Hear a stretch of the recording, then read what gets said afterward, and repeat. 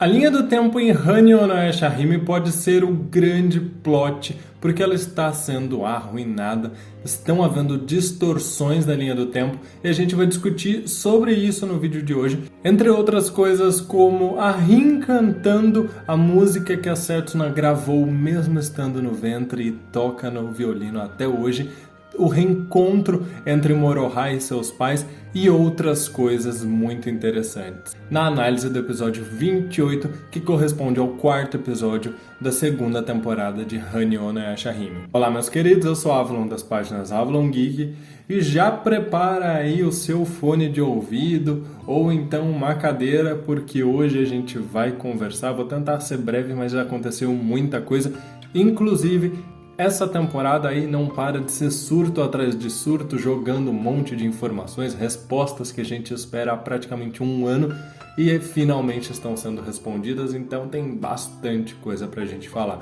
Eu já vou pedir para você deixar o seu like, lembrando que a gente tem aquela meta dos 700 likes e que você deixando o seu like e o seu comentário ajudam não apenas esse vídeo a chegar a outras pessoas, mas também me ajuda a me manter motivado para fazer essas análises, porque vocês sabem que dá um certo trabalho. Então, vamos continuar aí com essa meta, pelo menos para que eu continue fazendo as lives assistindo com vocês, para que a gente possa continuar fazendo as análises dos episódios. Então vamos lá conversar sobre algumas coisas. Esse episódio, de maneira resumida, foi o episódio que introduziu a filha de Kirin-Maru, mostrou um pouco mais sobre o passado dele, da luta dele contra Ino no Taisho, também mostrou como Riko nasceu, e foi o episódio em que nós vimos que tanto Moroha quanto Setsuna e Toa conheceram a Rin, descobriram sobre o atual estado dela enquanto selada e também conseguiram atravessar a barreira do Monte Musubi para finalmente conseguirem a raiz que o Yokon, que era o objetivo delas, para que a Toa pudesse ter uma lâmina decente para lutar, como orientou Totosai. Interessante nós percebermos que a barreira criada ali com os poderes demoníacos foi criada justamente para manter a Rion lá dentro, assim como também impedir que qualquer pessoa, yokai, acabasse atravessando. Particularmente, eu achei interessante o fato de que a Toa reconheceu a voz num primeiro momento como sendo muito semelhante ao do professor Osamu Kirin, o que, claro, teve a influência ali do fato dela estar em frente à escola São Gabriel. Depois elas identificaram que poderia ser o Kirin-Maru. Isso tudo porque o que muda entre a voz de Kirin-Maru e Osamu Kirin é única e exclusivamente a entonação, porque o seiyuu é o mesmo. Então é muito interessante que elas tenham começado a perceber essas coisas, ainda que de forma sutil, porque assim como não foi nos dito de forma expressa, para elas também não, mas a gente sabe que Osamu Kirin é uma parte descartada de Kirin-Maru, mas vamos falar disso depois. Enfim, essa barreira, ela parece ser construída de poder demoníaco, energia demoníaca, mas no centro do monte havia um poder sagrado, espiritual, que foi justamente por conta disso que a Moroha foi a única que conseguiu atravessar a barreira sem muita dificuldade, porque apenas poderes espirituais funcionavam ali. Inclusive, muito interessante ele fazendo a mesma pergunta que Ino no Taisho tinha feito para Sesshomaru lá no terceiro filme, perguntando se elas tinham alguém para proteger, o que mostra aí que talvez ele tenha aprendido algumas coisinhas com o grande cão yokai. Pelo que a gente entende, Kirin-Maru dorme por conta da borboleta dos sonhos. A gente sempre soube que Kirin-Maru tinha uma ligação com a borboleta dos sonhos e a gente não entendia muito bem qual era essa ligação. Inclusive nós debatíamos a respeito de a Rion estar dormindo por conta da borboleta dos sonhos, mas nos questionávamos quem estaria acordado para que ela pudesse estar dormindo. E aparentemente isso foi respondido nesse episódio. Kirin-Maru é quem esteve acordado para Rion dormir. E daí talvez vocês me perguntem, Avalon, mas lá no episódio 15 foi dito que o Kirin-Maru estava dormindo há muitos anos e que a Zero foi quem acordou ele no momento em que as filhas de Sesshomaru nasceram. E exatamente, Kirin-Maru esteve dormindo por muito tempo, o que significa que a Rion esteve acordada durante um bom tempo. E isso não significa que ela pôde escapar. A gente percebe pela fala dela quando a Moroha chega até ela e ela desperta após o Kirin-Maru entrar em um sono por conta da borboleta, que ela pergunta se Moroha seria aquela que a tiraria dali, sugerindo que ela não poderia sair por conta própria. Então, por mais que ela pudesse estar acordada, como nós vimos que aconteceu nesse episódio, ela provavelmente não conseguiria sair dali sozinho. E aqui eu vou abrir um pequeno spoiler, já vou avisar para vocês, a respeito da sinopse do próximo episódio. Então, se você não quer saber o que vai acontecer na sinopse, que é a descrição do episódio, tá? Eu não assisti o episódio ainda, pula um minutinho desse vídeo para não interferir na sua experiência.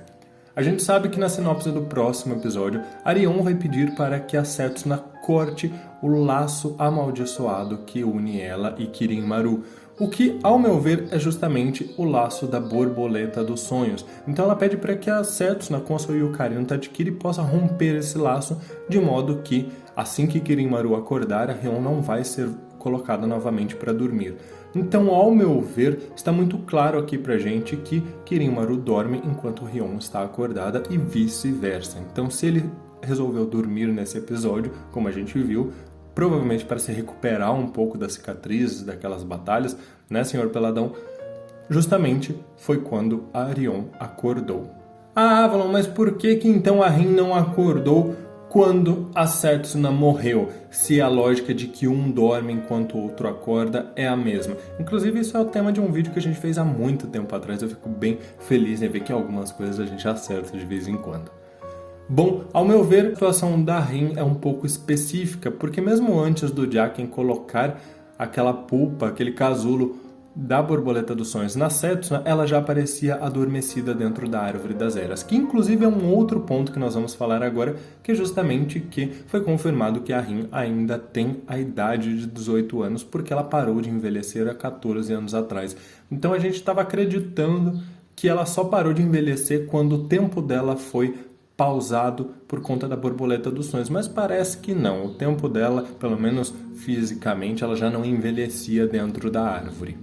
Sobre a luta de Kirin Maru e Tuga, eu não tenho muita coisa para falar, a não ser que cada vez mais eu ganho uma admiração muito grande por Ino no Taisho. Muito interessante ver o comportamento dele em não querer dar fim a Kirin Maru. Ele parece muito nobre, enxergar Kirin Maru como um adversário. Me lembra até um pouco, fazendo algum paralelo, aquela luta entre Goku e Vegeta, onde ele não mata o Vegeta, ele deixa o Vegeta sobreviver por acreditar que ele tinha um coração bom. E eu entendo que seja uma situação semelhante aqui. Ele não via a necessidade de matar Kirin Maru, inclusive o repreende por levar crianças para o campo de batalha. O que é interessante no sentido de que nós vemos que Kirin Maru era tão confiante de seu poder que ele queria que Arion visse o mundo, descobrisse o mundo e assistisse às suas lutas. Para ele devia ser divertido ter, digamos assim, uma líder de torcida, a filha dele, vendo o quão poderoso ele era.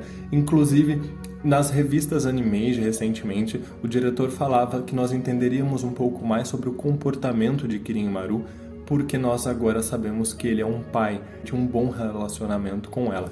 E eu entendo que isso faz parte do que nós vimos aqui. Ele gostava muito de passear com a sua filha, que ela conhecesse o mundo junto com ele. Ele parece ser alguém muito sábio, que estuda e conhece muito ao redor de todo o mundo, e que levava sua filha consigo para que ela pudesse ver isso tudo e também para que ela pudesse, digamos, torcer por ele. Ele gostava de se exibir, mas de uma forma até inocente. Sabe aqueles pais que gostam de parecer o super-herói pro filho? Eu entendo que é mais ou menos essa situação. O que inclusive já me leva a entender que talvez o motivo de Rion ter sido selada possa ser um próprio medo de Kirin Maru de que algo acontecesse com ela. Ele percebeu, enfrentando Ino no Taisho, que ele não era o mais forte do mundo e que, se ele não podia protegê-la em todas as batalhas, como a própria Zero fez questão de jogar na cara dele, que ele tinha perdido aquela batalha e isso colocaria a Arion em risco, então talvez protegê-la selando ela no Monte Musubi fosse a melhor escolha. Inclusive, acho muito interessante a passagem de Kirin Maru sobre o motivo dele ter criado Riko. Riko nasceu justamente para que Kirin Maru pudesse olhar a prova de sua derrota. Então, cada vez que ele olhasse para Riko, ele sentiria ódio não de Ino no Taisho. Afinal, a gente sabe que ele tem uma certa obsessão por essa rivalidade, mas sim ódio pela sua fraqueza, pela sua derrota. Mas essa justificativa da criação do Riko também, embora eu não tenha gostado muito da maneira como ele nasceu, que pareceu natural demais, e aí a gente tinha algumas discussões lá no Discord sobre o como nós esperávamos que houvesse uma resposta de como o Rico nasceu, já que a gente não queria que o Kirin Maru fosse um Naraki 2.0, porque talvez banalizasse um pouco essa ideia de crias. Parecia algo tão fantástico Naraki ter várias crias utilizando o seu próprio corpo, que nós não gostaríamos de que Kirin Maru simplesmente tivesse a capacidade de fazer crias assim, livremente, sem um objeto mágico, sem nada. E foi o que acabou acontecendo aqui, mas eu achei interessante essa justificativa para a criação de Rico, porque inclusive condiz com a maneira como Kirin Maru e até mesmo as 4 ameaças sempre trataram Rico, com um certo desdém, como se ele não fosse nada. Não apenas por ele ser apenas um chifre de Kirin Maru, uma peça, uma parte descartada dele, mas também por ele representar a derrota de Kirin Maru, do mestre das 4 ameaças. De modo que a Zero parece ter sido a que acolheu um pouquinho mais ele, porque, de certa forma, ele também era uma lembrança de Ino no Taisho para ela. Enfim, antes da gente falar dessa confusão da linha do tempo, eu vou só fazer alguns apontamentos aqui, muito especiais em relação à cena de Rin tocando na sua barriga enquanto cantava a música que nós descobrimos que é a música que Setsuna tocava. A gente já tinha falado isso aqui no canal por conta de uma entrevista na revista Animage e fiquei muito feliz com essa cena, em saber desse laço muito forte da Setsuna e da Rin. Inclusive eu acredito que o laço entre as duas vai ser muito mais forte do que o laço de Towa e Rin. Talvez por elas serem muito parecidas, eu consigo ver a Towa muito mais próxima do Sesshomaru, como se fossem opostos, e aí meio que se atraindo. Então eu acredito que isso possa acontecer, o que talvez justifique a reação um pouco mais calma, um pouco mais tímida da Towa, inclusive porque não é a primeira vez que a Towa vê a Rin lá dentro da árvore, então talvez ela só tenha juntado as pecinhas no momento em que a Setsuna disse para ela quem era aquela mulher. Mas muito interessante, muito emocionante essa cena, a Setsuna fazendo questão de tocar para sua mãe. Inclusive, eu não sei se vocês perceberam, mas a Rin está sorrindo nessa cena e é muito bonita. Tão bonita quanto, mas talvez um pouco mais triste por não ter tido uma proximidade, não sei, talvez por conta da própria lágrima, foi ver Moroha chorando ao ver os seus pais e identificá-los por conta de fotografias que ela tinha visto junto com o papai Sota e a Towa.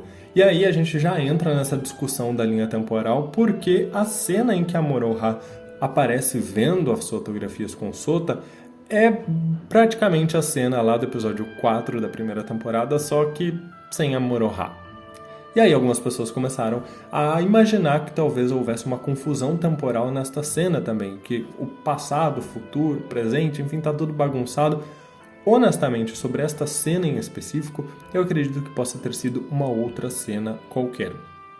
Isso porque o que nós sabemos do episódio 4 da primeira temporada é que aquela vez em que a Towa viu as fotografias foi a primeira vez, então não dá pra falar que essa cena com a Moroha foi antes, porque a Towa se manifesta de surpresa ao descobrir como era a irmã de Sota, mas talvez depois dessa cena a Moroha tenha chegado no quarto, tenha visto as fotos, então assim, dá pra encaixar ali nessa mesma cena um pouco depois.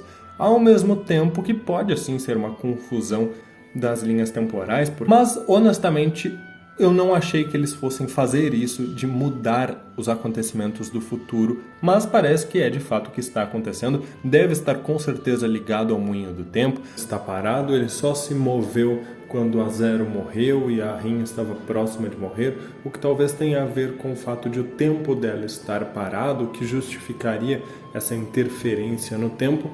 Mas eu fico me perguntando até onde a Rin seria a causadora disso, né? O fato do tempo dela estar parado. Embora eu sempre tenha achado, e quem olha vídeos antigos vai saber que eu sempre achei que a Rin estaria num ponto principal, fundamental da trama, eu não acho que ela seja a resposta do motivo da interferência do tempo. Mas a minha interpretação foi particularmente por Osamu Kirin. Ao meu ver, Osamu Kirin é o grande responsável por esse caos temporal da linha do tempo. Isso porque, por mais que Osamu Kirin tenha sido descartado muitos anos atrás, lá no Poço Come Ossos, a gente não sabe quanto tempo efetivamente levou para ele ganhar vida. né? A gente não sabe exatamente como foi o processo de transformação dele. O que a gente sabe é que ele deixa bem claro que ele é uma anomalia e ele parece estar extremamente ligado a essa intervenção. E aí talvez vocês fiquem, poxa, mas o Inuyasha no futuro, ou a própria Agome anos lá no passado nunca causaram nada, a Toa no futuro também nunca causou, por que isso está acontecendo agora? Ao meu ver, pode ser única e exclusivamente pelo fato de nós termos Kirin Maru praticamente em duas linhas do tempo ao mesmo tempo. A gente tem Kirin Maru no passado, assim como temos Osamu Kirin no presente, no futuro, enfim, como vocês preferirem chamar. E não se trata de um yokai qualquer, ele é um yokai muito poderoso, então talvez a presença dele nesses dois momentos do tempo esteja causando um pouco desse caos. E principalmente pelo fato de que a Árvore das Eras dizia que Kirin Maru seria o responsável por trazer uma era decadente, o que talvez seja a resposta desta nova era, deste tempo interferido que a gente está vendo no presente. Enfim, essa discussão do tempo abre margem para muitas coisas, sério, muitas coisas mesmo, então já podem fanficar aí horrores com multiversos, linhas temporais alternativas, com retcons, enfim, dá de repente até para tentar preencher algumas situações que alegam ser furos e que inclusive a gente já fez um vídeo que eu vou deixar aqui no card. Dá para fazer muita coisa com isso, tanto para o bem quanto para o mal. Pode ficar muito bagunçado, mas eu acredito, eu tenho confiança que eles vão fazer algo muito interessante. Isso me anima bastante para o futuro da série, que pode se tornar muito mais complexo e trabalhar conceitos que sempre estiveram lá para serem trabalhados, mas que não foram tocados na obra de Inuyasha e que podem ganhar uma importância aqui em Hanyo no Yashahime. E é interessante nós percebermos que Arion já deu um gancho ali, que aqui o Yoyokon é capaz de abrir um caminho entre futuro, passado, e isso para mim, à medida que essa raiz se transformar na espada nova da Toa, pode ser uma boa resposta de como Toa vai lidar com as questões do tempo, principalmente relacionadas a Kirin Maru, enquanto o trabalho ali de enfrentar Zero e também romper o laço dela com a Rin vai ficar para a Setsuna. Então eles estão dividindo bem ali os antagonistas para as duas gêmeas, cada uma resolver um dos problemas, enquanto que eu acho que agora a Moroha vai começar a seguir um pouco mais para a direção de conseguir salvar os seus pais. Inclusive, um dos melhores momentos do episódio foi ver a felicidade no olhar do Inuyasha ao conhecer, né, ao ver a Moroha grande, perceber o quanto ela cresceu, a emoção também da Agome, nossa, que nostalgia. Bateu forte a emoção. Algumas pessoas estão achando que a Agome estava com a mãozinha ali na barriga, que a roupinha dela estava um pouquinho larga e ela poderia estar grávida de novo. Mas honestamente eu não acho isso, porque a gente sabe que a gravidez da Moroha, a barriga dela quase não cresceu e tudo bem que aqui pode ser diferente, mas essas roupas são um pouquinho mais largas mesmo. E embora tempo suficiente para fazer outro filho, eles tenham tido nesses 14 anos. Então vai ver, daqui a pouco tem ali uma ninhada de filhotinho, um quarto yokai para ser resgatado. Mas honestamente eu acho que não, acho que Moroha vai ser filha única. E se vocês querem pegar algumas outras coisas das nossas discussões, eu sugiro para vocês me seguirem no Twitter, no Instagram e também entrarem lá no Discord. Estão todos aqui na descrição desse vídeo, porque a gente vai pontuando muitas outras coisas nessas redes sociais e aqui a gente traz a discussão principal para o vídeo. Muito obrigado por tudo, não esqueçam de deixar o like pra gente bater a meta e continuar fazendo lives e vídeos de análise de episódios, porque dá um trabalho, principalmente de final de semana, gente. Então, vamos dar essa força que é de graça, vocês me ajudam muito e fazem valer a pena esse trabalho. Muito obrigado por tudo, um grande abraço e até mais!